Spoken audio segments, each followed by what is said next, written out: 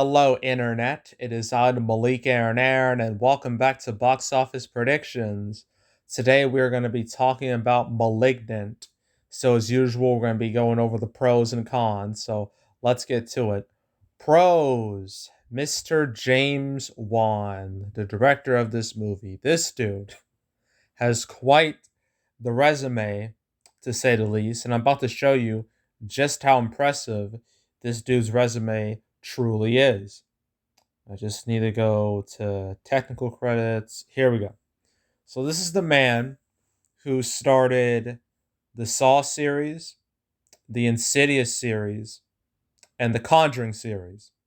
All three of those series are three of the most profitable and successful horror series of the entire millennium, with The Conjuring actually being the biggest horror series of all time when it comes to box office revenue.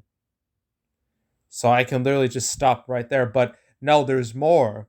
Even outside of the horror genre, this man has done incredibly well for himself. I mean, look at Furious 7, made $1.5 billion. Look at Aquaman, made $1.1 billion.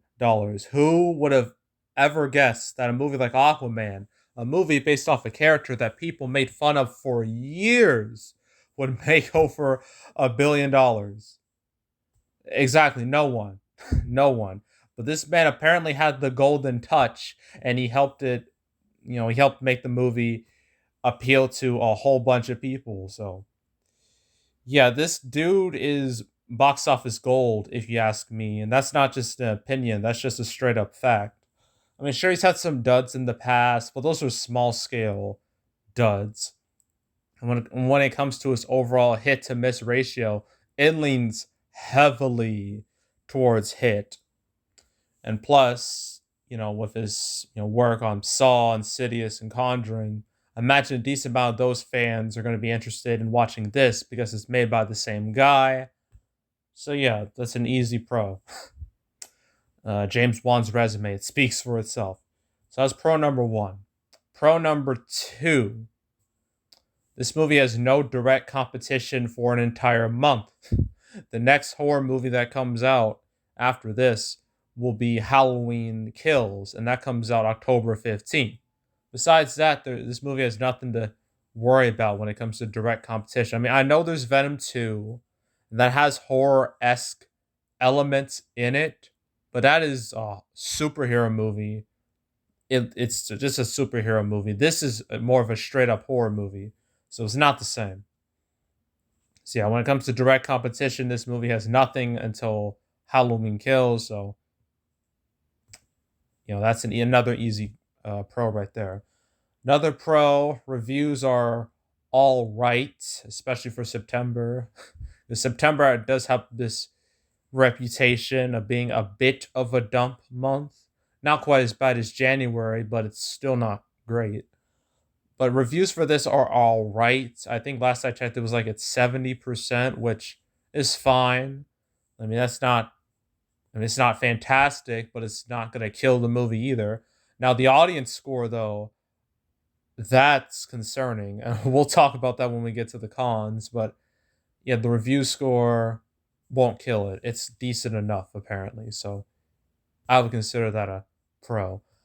And well, I guess I don't know if this is a pro or con, but the way this movie is positioned, like the weekend after Labor Day, this was obviously intentional because, back in 2017, Warner Brothers released It weekend after Labor Day. That movie destroyed everything in its path. It changed the game when it came to September movies.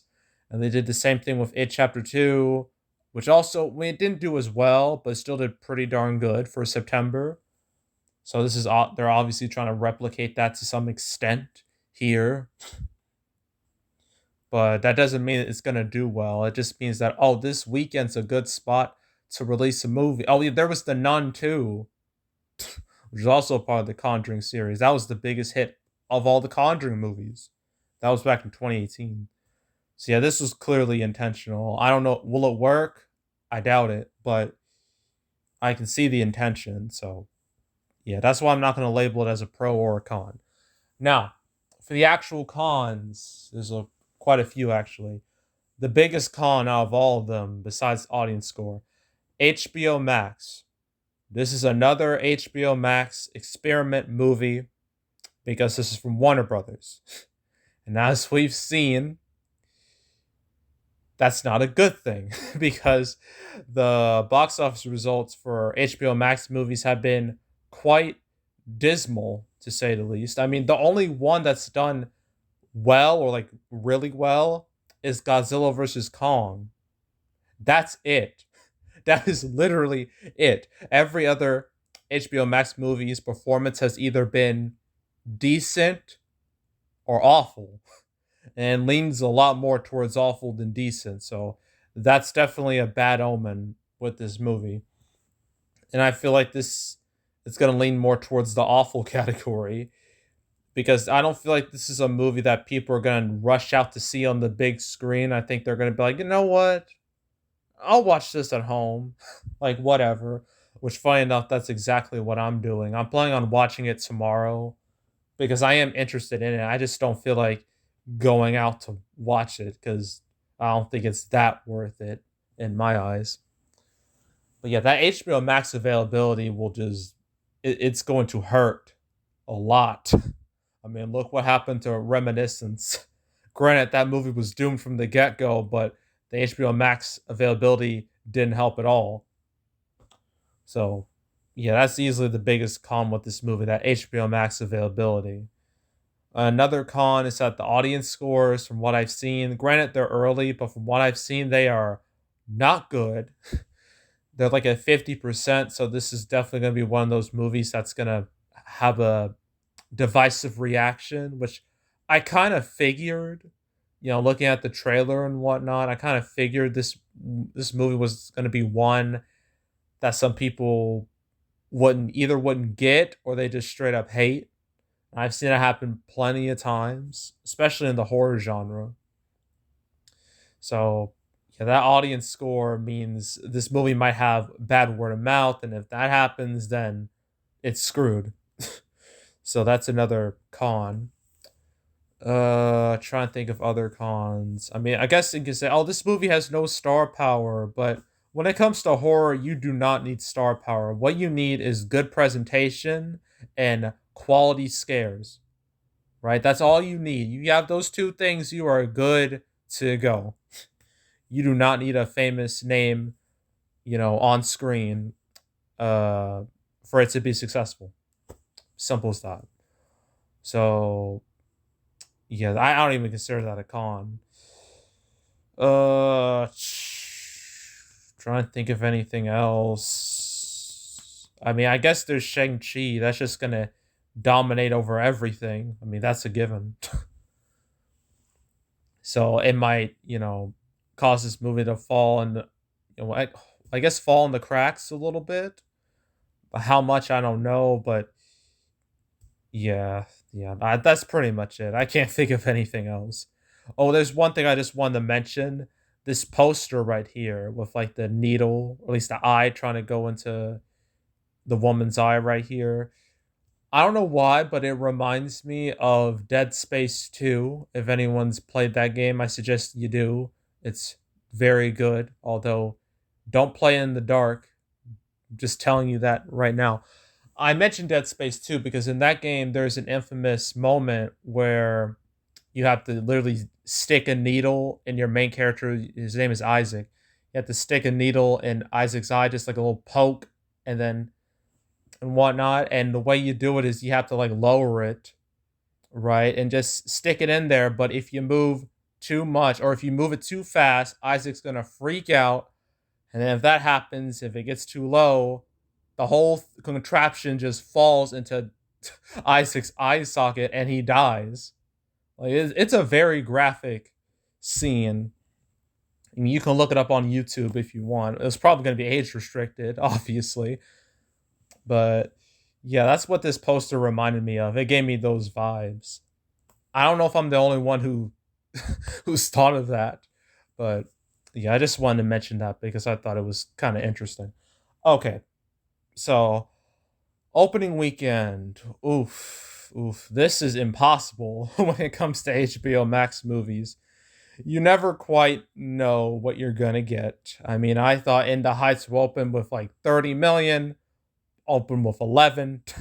I thought Reminiscence would open with 10 million, it opened with less than 2. Yeah, it's pretty much impossible. I'm going to have a wide range here because I don't even trust my own predictions anymore when it comes to these HBO Max movies. I think it's going to open within the range of 5 to 10 million. That's where I see it, somewhere in that range. And then overall, because HBO Max movies tend to be horribly front loaded, it's going to probably end at like 15 to 20 million, somewhere in that range, I'm guessing. But who knows? It could overperform, but that's literally only happened once, maybe twice, maybe 3 times when it comes to HBO Max movies. So yeah, I'm not optimistic about this, even though I am interested in watching it. I will watch it on HBO Max, but yeah, I don't know about its box office. It looks kind of DOA, to be honest. So, and I'd even mention that horror has done kind of in the pandemic. I mean, sure you have Quiet Place 2, sure you have Conjuring 3, sure you have Candyman, sure you have Forever Purge, all doing all doing fine, but then you got Escape Room 2 and Don't Breathe 2 and Night House. Granted, most of the movies I mentioned were sequels, but yeah, horror's been kind of iffy in this time period, and I don't think this is gonna help anything. So yeah, that was Malignant. Next up, I have Show Me the Father, and then that'll be it for the weekend.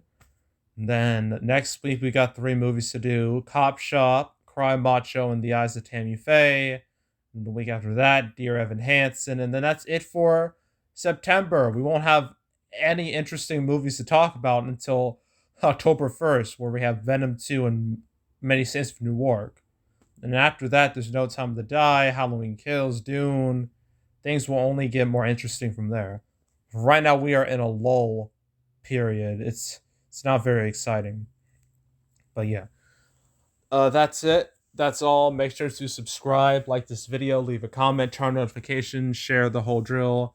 Want to check out more videos like this? I got a playlist on the homepage with all the movies I've covered this year, all the HBO Max movies. I mean, we're talking Godzilla vs. Kong, Conjuring 3, Mortal Kombat, Tom and Jerry, Space Jam 2, The Suicide Squad, Reminiscence, for like the 5 people who actually watched that movie. And that's not even a joke, by the way, that's just the truth. So, if you want to watch any of those, see how accurate or how inaccurate my predictions were, you can go right ahead. There's also the canceled series where I go over all the movies that were supposed to come out but didn't.